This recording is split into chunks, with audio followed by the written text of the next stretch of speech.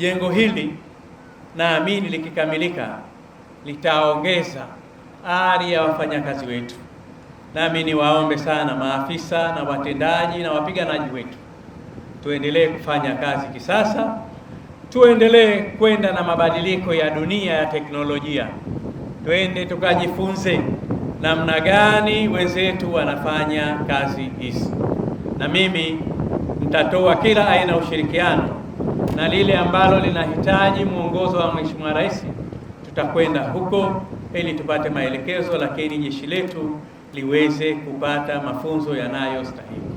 Naelewa mna mashirikiano na vikosi vya nchi mbalimbali duniani na mmekuwa mkishiriki katika maeneo mbalimbali yanayohusu ulinzi, ambayo kwa hakika mnafanya vizuri, lakini nasi tunataka tuwape moyo kwamba juhudi hii tunaithamini na tunashukuru maendeleo makubwa ambayo mnayasababisha kutokana na umahiri wa jeshi letu.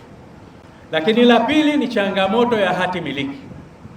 Nikuhakikishie Mheshimiwa Waziri, tutamwelekeza Mheshimiwa Waziri wa Ardhi atume watendaji wake. Najua maombi yameshakwenda. Kama kuna access ya Wizara ya Kilimo, Waziri wa Kilimo nitamwelekeza jambo hili likamilike, majeshi yetu yapate hati miliki kwenye maeneo yote ili kuondosha matatizo. Hili jambo wala halitaki kusubiriwa, ni jambo la kwenda kuchukua hatua, na mimi nakuhakikishia ndani ya wiki hii Mheshimiwa Waziri utapata salamu hizo kutoka kwa mawaziri wenzako husika.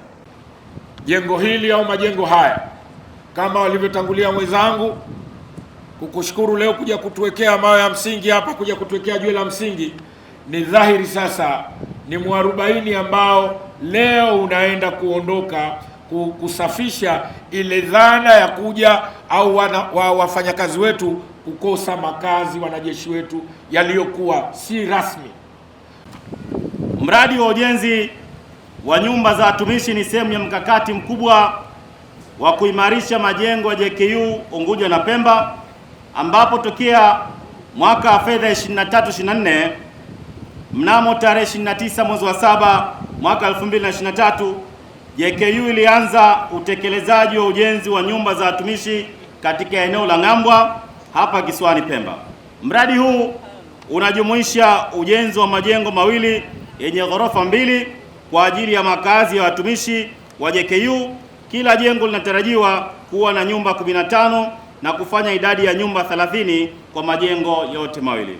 Katika kipindi hiki cha miaka mitatu ya utekelezaji wake wa mradi huu unatarajiwa kutumia shilingi bilioni 7,358,833,900 ambazo zote ni fedha za serikali kupitia Tume ya Mipango.